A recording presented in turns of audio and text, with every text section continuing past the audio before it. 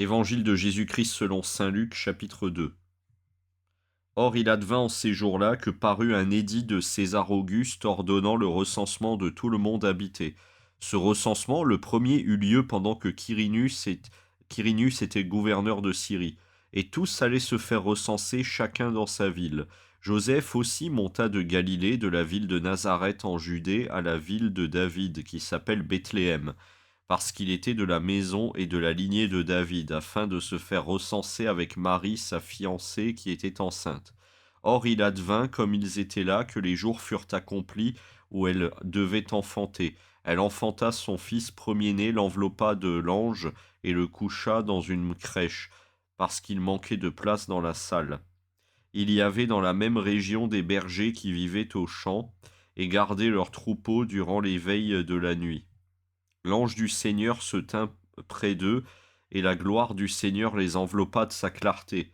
Et ils furent saisis d'une grande crainte. Mais l'ange leur dit, Soyez sans crainte, car voici que je vous annonce une grande joie qui sera celle de tout le peuple. Aujourd'hui vous est né un Sauveur, qui est le Christ Seigneur dans la ville de David. Et ceci vous servira de signe. Vous trouverez un nouveau-né enveloppé de l'ange et couché dans une crèche. Et soudain se joignit à l'ange une troupe nombreuse de l'armée céleste qui louait Dieu en disant gloire à Dieu au plus haut des cieux et paix sur la terre aux hommes objets de sa complaisance. Et il advint que les anges les eurent quittés pour le ciel, que les bergers se dirent entre eux, allons jusqu'à Bethléem et voyons ce qui est arrivé et que le Seigneur nous a fait connaître. Ils vinrent donc en hâte et trouvèrent Marie, Joseph et le nouveau-né couchés dans la crèche. Ayant vu, ils firent connaître ce qui leur avait été dit de cet enfant, et tous ceux qui les entendirent furent étonnés de ce que leur disaient les bergers. Quant à Marie, elle conservait avec soin toutes ces choses, les méditant en son cœur. Puis les bergers s'en retournèrent glorifiant et louant Dieu pour tout ce qu'ils avaient entendu et vu, suivant ce qui leur avait été annoncé. Et lorsque furent accomplis les 8 jours pour sa circoncision, il fut appelé du nom de Jésus, nom indiqué par l'ange avant sa conception. Et lorsque furent accomplis les jours pour leur purification, selon la loi de Moïse, ils l'emmenèrent à Jérusalem pour le présenter au Seigneur, selon qu'il est écrit dans la loi du Seigneur, tout garçon premier-né sera consacré au Seigneur, et pour offrir en sacrifice suivant ce qui est dit dans la loi du Seigneur, un couple de tourterelles ou 2 jeunes colombes. Et voici qu'il y avait à Jérusalem un homme du nom de Siméon. Cet homme était juste et pieux. Il attendait la consolation d'Israël et l'Esprit Saint reposait sur lui. Et il avait été divinement averti par l'Esprit Saint qu'il ne verrait pas la mort avant d'avoir vu le Christ du Seigneur.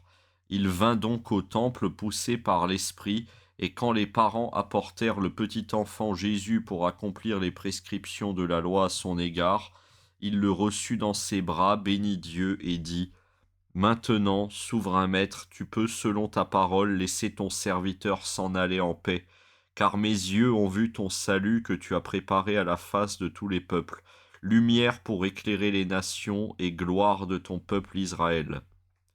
Son père et sa mère étaient dans l'étonnement de ce qui se disait de lui. Siméon les bénit et dit à Marie sa mère, Vois, cet enfant doit amener la chute et le relèvement d'un grand nombre en Israël.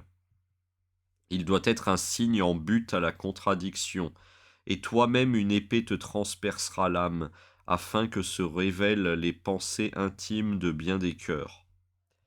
Il y avait aussi une prophétesse, Anne, fille de Phanuel de la tribu d'Azer. Elle était fort avancée en âge. Après avoir, depuis sa virginité, vécu 7 ans avec son mari, elle était restée veuve. Parvenue à l'âge de 84 ans, elle ne quittait pas le temple, servant Dieu nuit et jour dans le jeûne et la prière. Survenant à cette heure même, elle louait Dieu et parlait de l'enfant à tous ceux qui attendaient la délivrance de Jérusalem.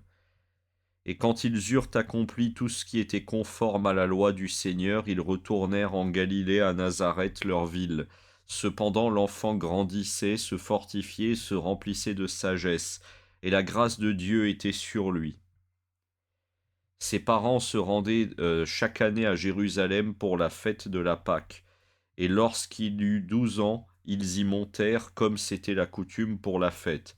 Une fois les jours écoulés, alors qu'ils s'en retournaient, l'enfant Jésus resta à Jérusalem à l'insu de ses parents. Le croyant dans la caravane, ils firent une journée de chemin, puis se mirent à le chercher parmi leurs parents et connaissances. Ne l'ayant pas trouvé, ils revinrent toujours à sa recherche à Jérusalem. Et il advint au bout de 3 jours qu'ils le trouvèrent dans le temple, assis au milieu des docteurs, les écoutant, les interrogeant. Et tous ceux qui l'entendaient étaient stupéfaits de son intelligence et de ses réponses. À sa vue, ils furent saisis d'émotion, et sa mère lui dit : « Mon enfant, pourquoi nous as-tu fait cela ?